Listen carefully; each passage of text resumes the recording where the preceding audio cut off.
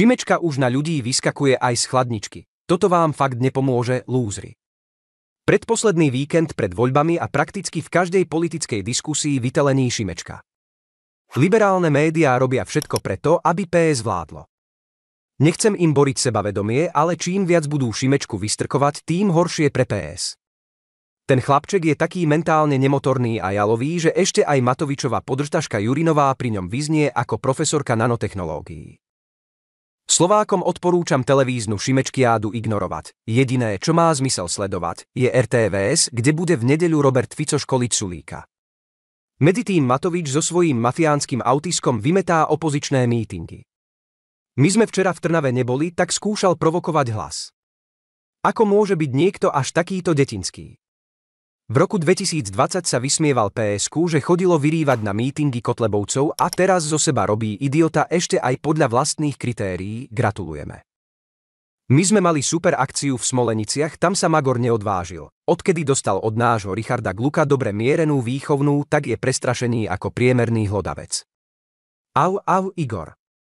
Ja len tak niekedy rozmýšľam, či je viac detinský Matovič alebo Čaputová. Pri všetkej úcte niekoľko mesiacov avizovať žalobu na Roberta Fica a potom ju infantílne podať zrovna 2 týždne pred voľbami. To je fakt výkon hodný nestrannej hlavy štátu. To je až chorobná nenávisť voči Smeru. Povedzte, ako môže mať niekto také nízke sebavedomie, že sa potrebuje vyplakávať na súdoch, že ju opozícia politicky kritizuje. Mne už ústa jej sudca Chalúbka zavrel. Lebo som o nej hovoril, že je americká agentka a ona predsa celé roky dostávala peniaze od Soroša preto, aby dnes slúžila Argentíne, nie Amerike. Chalúbka je proste logik. Ja len, že sudca Chalúbka nevie vysvetliť 100 000 na svojom účte, odkedy rozhodol v prospech Čaputovej. Liberálne médiá už o jeho kauze nepíšu. Aká náhodička? Žmurk? Určite sa aj teraz nájde nejaký iný poslušný sudca, ktorý rád rozhodne, že opozícia nemá právo na slobodu slova.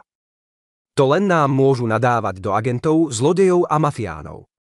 Odporúčam Čaputovej, že by o žalobe na Roberta Fica nechala rozhodnúť Zálesku. Pekne v postielke s Tódovou, babi v erotickom vytržení určite lídra Smeru odsúdia aj na doživotie.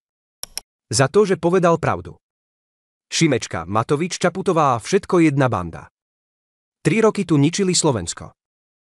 Lebo sú diletanti a nemali s riadením štátu žiadne skúsenosti. Ak sa oligarchom a Američanom podarí pretlačiť PSK do vlády, bude to repete Matoviča. Každodenný chaos a do toho ako bonus dúhové experimenty. Ďakujeme, neprosíme. Krásny víkend, priatelia, musíme zvíťaziť, musíme progresívny extrém poraziť.